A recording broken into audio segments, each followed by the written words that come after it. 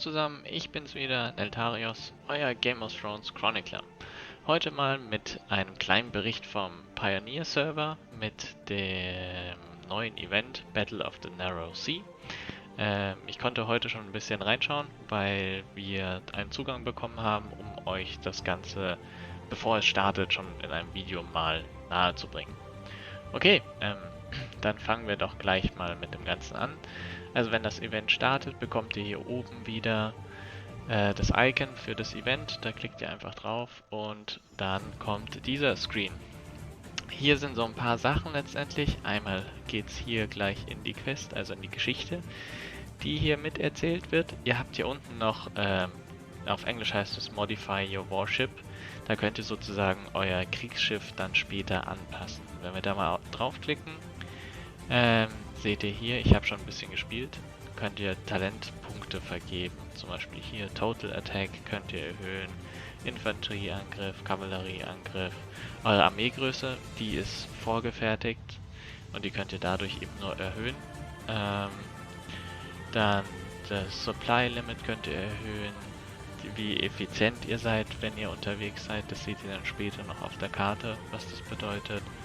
Und so geht es weiter. Auf der zweiten Seite ist genau nochmal der gleiche Talentbaum, nur umgedreht. Was das genau bedeutet, kann ich euch noch nicht sagen, weil ich glaube, hier oben werden noch Beschriftungen hinkommen. Die sind aktuell noch nicht verfügbar. Ihr könnt das Ganze auch wieder resetten. Das heißt, wenn ihr was geskillt habt, was euch nicht taugt, könnt ihr das zurücknehmen. Das kostet euch 1000 Diamanten. Diese Warship Modification Hammer, also diese Items, die ihr benötigt, um das Ganze zu machen, bekommt ihr durch Erfüllen von Aufgaben auf der Map, aber das sehen wir auch noch. Was gibt es noch? Hier könnt ihr euch die Regeln zum Event anzeigen lassen. Es gibt wieder einen eigenen Shop. Da könnt ihr, ganz wichtig, die Sachen, die ihr, also diese Items, die ihr euch verdienen könnt, damit könnt ihr die Essenzen kaufen, um eure A-Skin Castles abzugraden. Das wurde ja im letzten Update auch mitgebracht, dass ihr eure Burgskins jetzt upgraden könnt. Die könnt ihr dort kaufen mit einem Limit von 30 Stück. Ihr könnt aber auch mit einem Limit von 150 die Bücher für die T5 Forschung euch holen oder eben für Heartseeker Weapon, also Waffe, könnt ihr auch 3 Boxen kaufen. Hier unten auch noch ganz cool für das Waffen Reforge Ding könnt ihr auch noch einkaufen. Also alles in allem, der Shop ist ziemlich gut und das Event lohnt sich jetzt schon. Es gibt noch Rankings wie beim anderen Event. Die könnt ihr euch dann anschauen und die Rewards sind auch ganz nett. Der erste bekommt die Heartseeker Waffe. Das ist die neue rote Waffe für Soren. Ja. In erster Linie sind seine Attribute Gathering, also Sammelgeschwindigkeit und Forschungsgeschwindigkeit und noch so ein paar nette Sachen.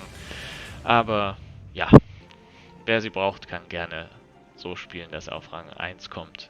In den anderen gibt es auch für diese Waffe eben entsprechende Kisten, geht bis Rang 50. Dann würde ich sagen, schauen wir uns das Ganze doch mal an.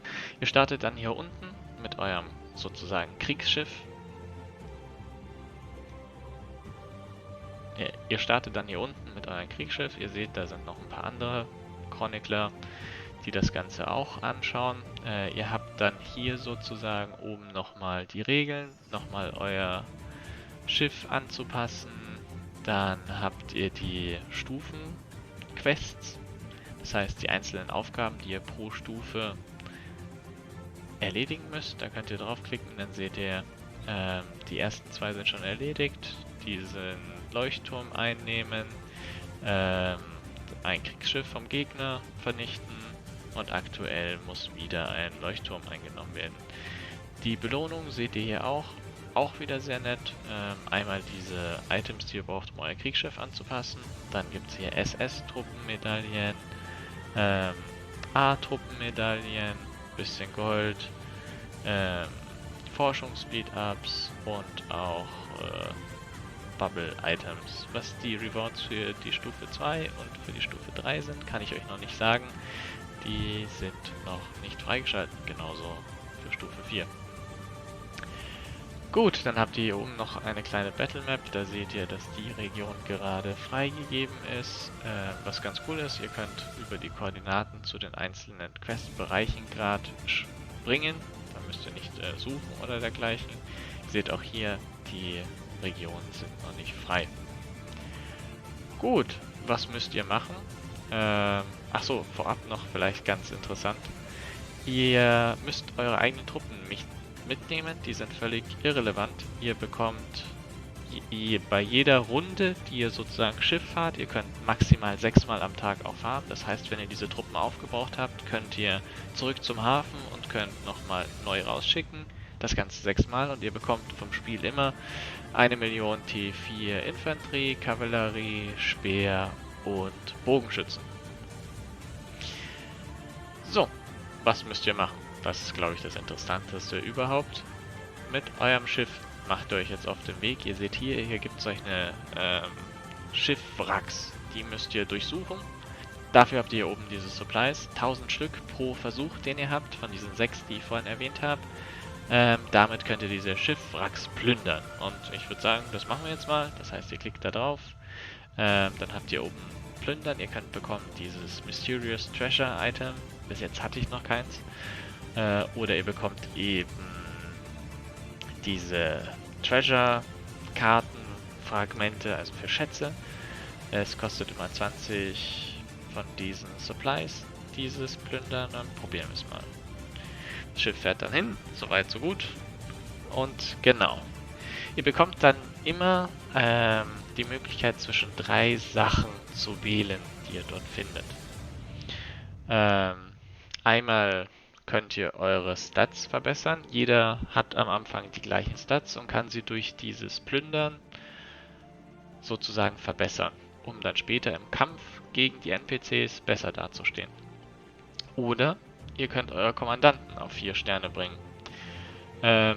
Hier solltet ihr den Fokus auf Kommandanten legen, wo ihr meint, dass ihr die beste Synergie zusammen haben, oder wenn ihr Total Attack Commander habt, dass ihr einfach die nehmt. Ansonsten hilft euch noch so ein bisschen, hier oben an der Ecke seht ihr die typische Kategorisierung, das heißt A, S und Doppel S, es gibt auch B und wie ihr es halt schon kennt.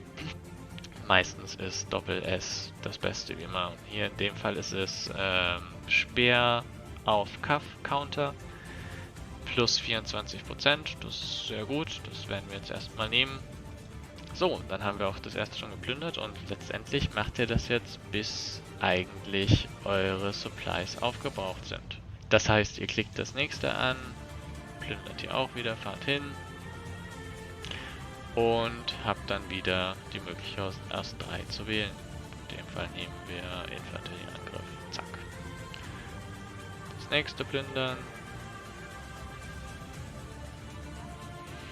Hier seht ihr zum Beispiel, hier könnt ihr auch eure Army Size vergrößern. Das heißt, wenn ihr angreifen wollt, macht das Sinn, das zu nehmen, weil ihr somit eure Armeegröße ändern könnt. Was auch ganz praktisch ist, hier unten habt ihr eine Suchfunktion. Mit der könnt ihr euch Schiffwracks auch anzeigen lassen. Da müsst ihr nicht eigenständig auf der Karte umherscrollen. Ist ein guter Tipp. Erleichtert einiges. Was ihr jetzt hier seht, ihr könnt auch sozusagen Treasure-Fragmente finden. Die könnt ihr dann auswählen. Das Gute ist, ihr bekommt immer 2 Stück. Die Schatzkartenfragmente benötigt ihr für eine weitere Schatzsuche. Hier gibt es Fragmente von 1 bis 6 nummeriert.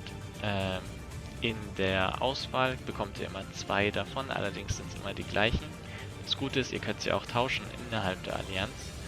Wenn ihr dann alle 6 habt, könnt ihr eine Schatzsuche auslösen. Es ist das gleiche, wie wenn ihr ein Schiffswrack plündert. Ihr fahrt dann dorthin und der Unterschied ist, ihr bekommt dort 3-mal zur Auswahl immer von der Kategorie S. Das heißt, ihr bekommt da sehr gute Sachen zum Auswählen.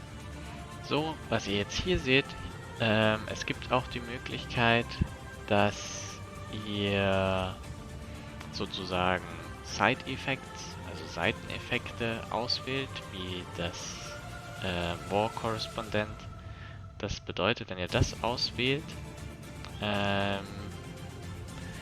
und ihr euch auf der Karte bewegt, ohne jetzt ein Schiff plündern zu wollen, kostet euch das keine Supplies mehr bei der Bewegung. Ansonsten kostet es euch, was ganz gut ist, deswegen ist ein Tipp, nehmt das am besten. Was auch noch wichtig ist, alles was ihr jetzt auswählt, ist immer nur für eure eine Runde, die ihr jetzt fahrt.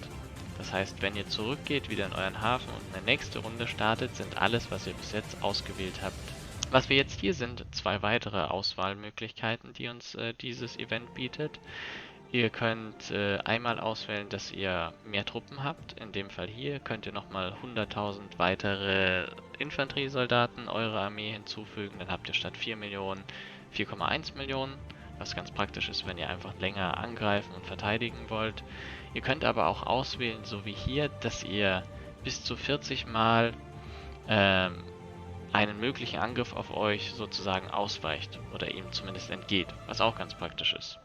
Ihr könnt dann natürlich auch Glück haben und bekommt wie hier neue von diesen Supplies dazu, was ganz cool ist, weil es hat euch 20 gekostet, diese Suche zu machen. Ihr kriegt 100 insgesamt, das heißt wir haben 80 plus gemacht und können somit 4 weitere Male die Schiffwracks durchsuchen.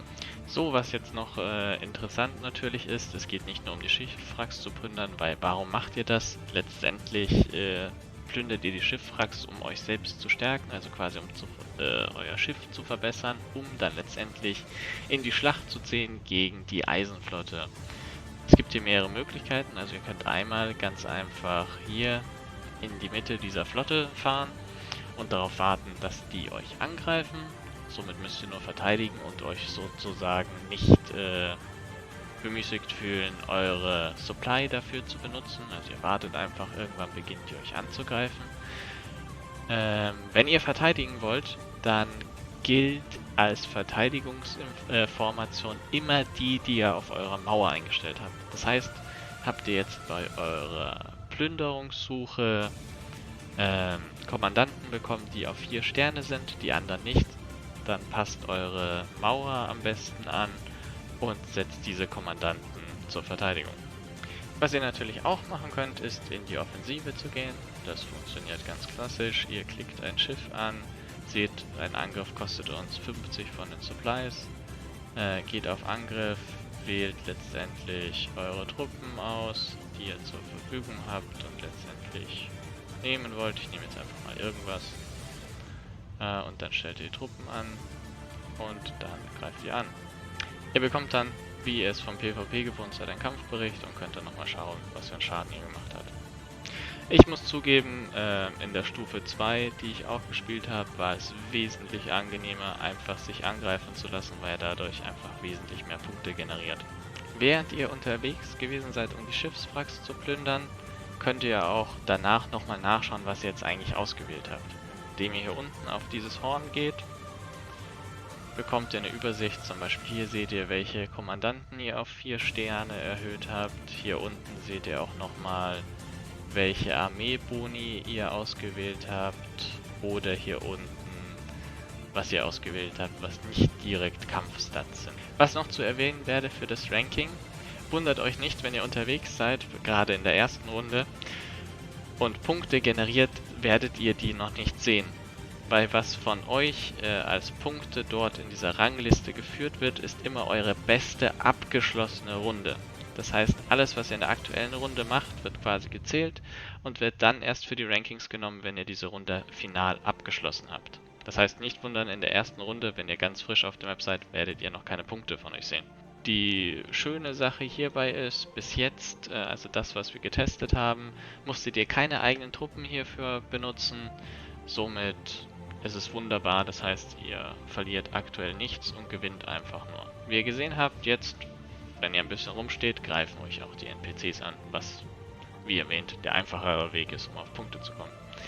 Sollten irgendwann die NPCs eure Truppen komplett ausgelöscht haben, geht ihr automatisch in den Hafen zurück und könnt von dort an eure nächste Runde auch wieder beginnen. So, ich hoffe, der kleine Überblick über das neue Event hat euch gefallen und bringt euch auch etwas weiter. Ich wünsche euch schon mal viel Spaß bei dem Event. Morgen geht's los und ja, viel Spaß und bis zum nächsten Mal.